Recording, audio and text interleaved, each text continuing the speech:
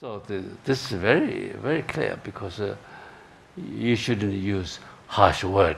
Okay, for example, using harsh words, no one says, "Oh, it's fantastic to use harsh word." No one says this. Everybody don't like, or don't like to hear harsh words from the others. If they don't like, why are you using?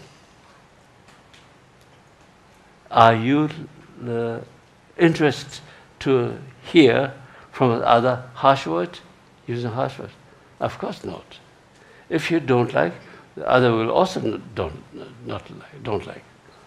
So therefore, it's always from out of your own experience, you can make judgment, and then you can understand. Other will also be not happy if I do this and that things. So these are the very much crucial